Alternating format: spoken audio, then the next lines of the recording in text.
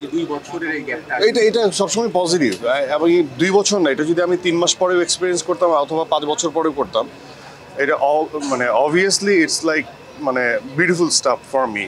আমার কাছে এটা চমৎকার লাগে, দর্শকের অনুভূতি, এবং এখানেই সিনেমার প্রেমে আমি পড়ে যাই যে এই যে এত বড় স্ক্রিন, এখানে এসে লুকিয়ে যে দর্শকের ইন্টারাকশন আমি শুনি, এটা একটা প্রেম, এটা একটা ভালোবাসা।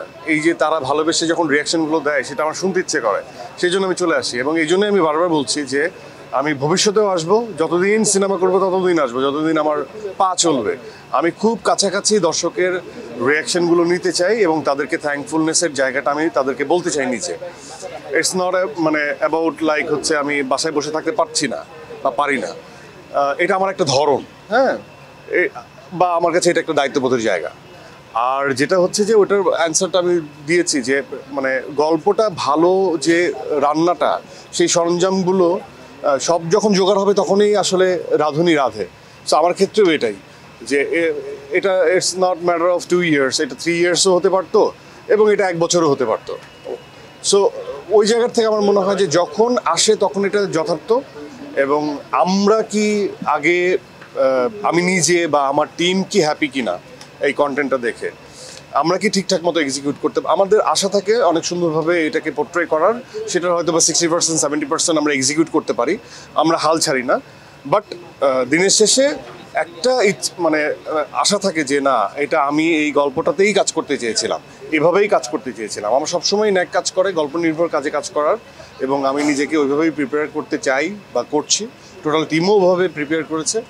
And this is the beauty of the story.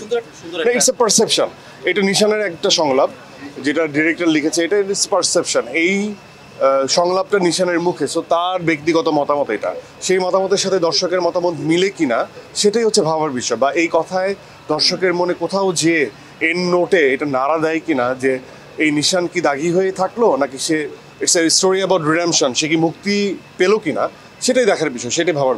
প্রথম দিনের প্রাপ্তি সবসময় ইটস গোনা বি বিউটিফুল।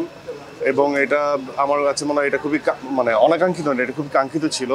এতদিন পর যারা আমার ভক্ত সকল তারা সিনেমা দেখতে আসবে, এটাই খুব স্বাভাবিক। যদিও আমাদের এখানে আমাদের বারবার প্রমাণ করতে হয়। সো আমার এতে কোনো আপত্তি নেই বা এতে কোনো সংশয় নেই। বাট আমার কাছে মনে হয় যে বিং এ নাটকের পারফর্মার, আমি নাটক ওন করি এবং এটা আমার রক্তে মিশে আছে। এবং আই এম সো প্রাউড যে আমরা নাটক থেকে যারা এসেছি বড় পর্দায় কাজ করছি। এবং শুধুমাত্র আমি না, বিভিন্ন কলাকুশলী এখন ডিরেক্টর থেকে শুরু করে সবাই নাটকের তারা খুবই ইম্পর্ট্যান্ট জায়গা হোল্ড করছে। আমার মতে হচ্ছে একজন পরিচালক নাটকের হোক বা সিনেমার হোক, গ্রহণযোগ্যতার জায়গায় তারা সম অধিকার এবং সম অ্যাটেনশন পাওয়ার অধিকার রাখে। অ্যাট দ্য সেম টাইম পারফর্মাররাও, সেটা নাটক থেকে আসুক আর সিনেমা থেকে আসুক, এক্সপিরিয়েন্স কথা বলতে হবে এবং তার যে উদ্দেশ্য সেটা অনেক সঠিক হবে। সো এটাকে আমরা যে অনেক সময় কি বলে আমরা ভাগ করে ফেলি, সেটা আমার কাছে এটা একটা মিথ, আমাদের ইন্ডাস্ট্রির এটা একটা মিথ। আমি বলবো যে এটা একটা কুসংস্কার। সো আমি নাওয়াডেজ আমি দেখি যে অনেক ইম্পর্টেন্ট ক্যারেক্টার যারা, তারা সব নাটকের মানুষ।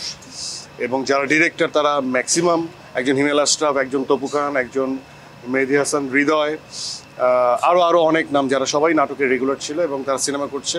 এবং আমি চাই ভবিষ্যতে নাটকের আর্টিস্টরা আমাদের এই সিনেমার অঙ্গনে অনেক বেশি কাজ করবে এবং প্রফেশনালি কাজ করবে, এটা আমার ইচ্ছে। কারণ এই পারফর্মারের কোনো ভেদাভেদ নাই। একজন পারফর্মার যে ধান ভাঙে সে স্বর্গে যেও ভাঙতে পারে, কথাটা এরকম আর কি।